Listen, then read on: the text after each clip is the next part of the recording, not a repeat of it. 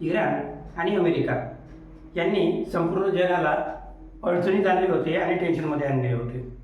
काही दिवसापूर्वीच दोन्ही देशांमध्ये शस्त्रसंधीचा करार झाला आणि दोन्ही देशांनी युद्ध थांबवलं.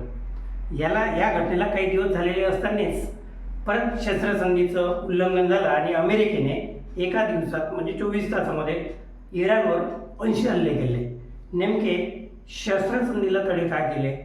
अमेरिकेने 80 हल्ले इराणवर काय केले? ऐन अंत्यसंस्काराच्या प्रक्रियेमध्ये इराण या देशामध्ये ह्या घडामोडी चालवल्या असतानाच अमेरिकेने हल्ले काय केले?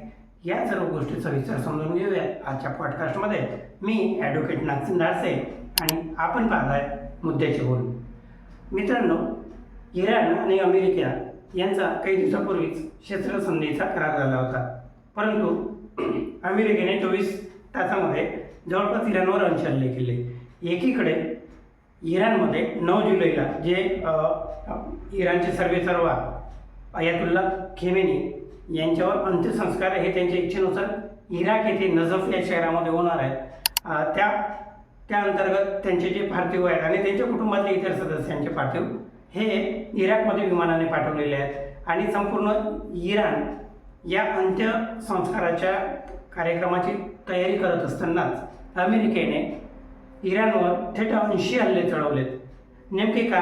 तर अमेरिकेने या बाबतीत अशी पुष्टी केलेली आहे की इराणने जे होर्मुझचे आखात आहे त्याच्यामध्ये 5 व्यापारी जहाजावर हल्ले केलेत आणि त्याला प्रत्युत्तर म्हणून अमेरिकेने इराणवर 80 ठिकाणी हल्ले केलेले आहेत.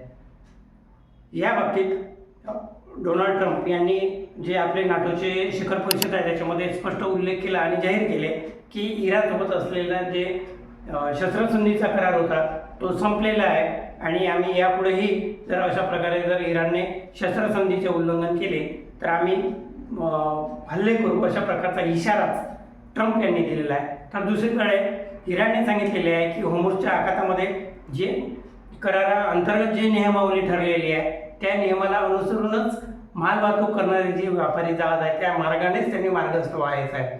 त्याच्या पलीकडे जर त्यांनी त्या नियमांना तोडण्याचा प्रयत्न केला तर त्याच्यावर हल्ले केले जातील, अशा प्रकारचा इराणने इशारा दिला होता आणि त्याच अनुषंगाने त्यांनी काही जहाजावर हल्ला केला होता.